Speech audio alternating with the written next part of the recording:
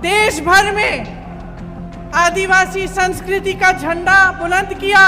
सिर्फ भारत का केंद्र नहीं है, भारत का दिल है कि ये जो आस्था होती है धर्म में, इस तरह की आस्था राजनीति में भी होनी चाहिए।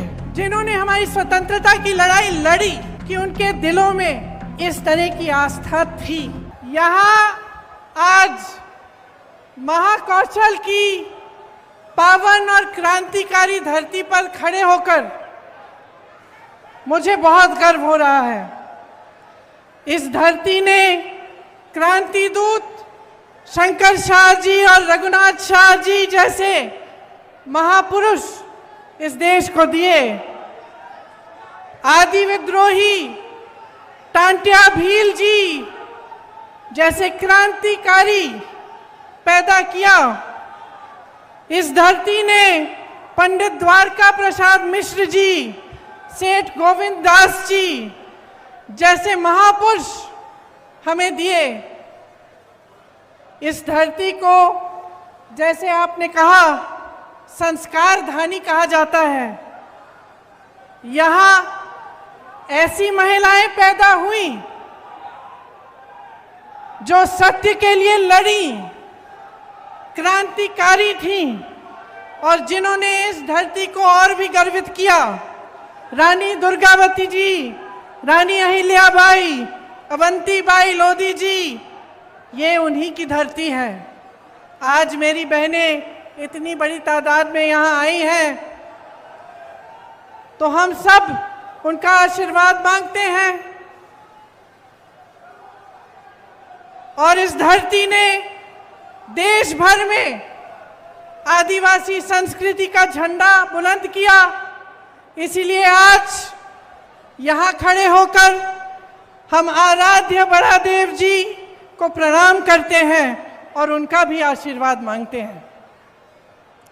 देखिए, मध्य प्रदेश सिर्फ भारत का केंद्र नहीं है, भारत का दिल है, भारत की जान है। ये जो संस्कार धानी धरती है आपकी कहलाती जाती है। इसने साहित्य, संस्कृति और हमारी सभ्यता, हमारे संस्कार, इसने हमारे देश को दिए हैं। इन्हीं संस्कारों के आधार पर हमारा संविधान बना और ये जो आधुनिक भारत है, इन्हीं संस्कारों के आधार पर आगे बढ़ा। आज जब मैं नर्मदा पूजन करने गई तो मैं सोच रही थी कि यहाँ इस नर्मदा मैया से, इस धरती से सदियों से, शायद हजारों सालों से करोड़ों लोगों की आस्था जुड़ी हुई है। और क्या है ये आस्था जो हम सबको यहाँ लाती है? हम सब नर्मदा पूजन करते हैं, हमारे दिलों में वही भावना होती है जो भावना सदियों पहले उन लोगों में होती, उनके दिलों में होती होगी जो यहीं पर आके नर्मदा पूजन करते थे। मैं सोच रही थी कि ये जो आस्था होती है धर्म में, इस तरह की आस्था राजनीति में भी होनी चाहिए। इस तरह की आस्था नेताओं के दिलों में, पब्लिक के प्रति, जनता के प्रति, देश प्रदेश के प्रति होनी चाहिए। और जिन्होंने हमारी स्वतंत्रता की लड़ाई लड़ी, मैं दावे के साथ कह सकती हूं कि उनके दिलों में इस तरह की आस्था थी।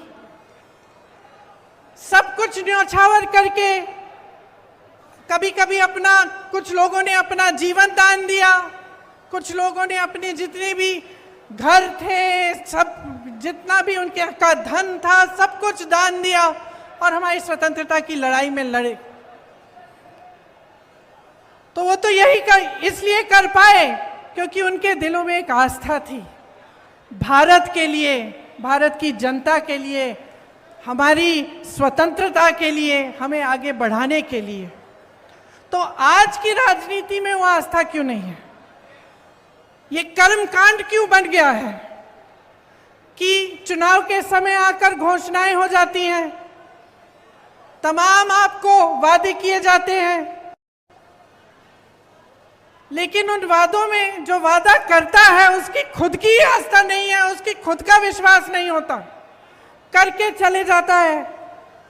चुनाव हो जाता है, चुनाव जीत भी जाते हैं बड़े बड़े वादे करके, घोषणाएं करके, लेकिन उसके बाद उनको पूरा करने की कोई कोशिश नहीं होती।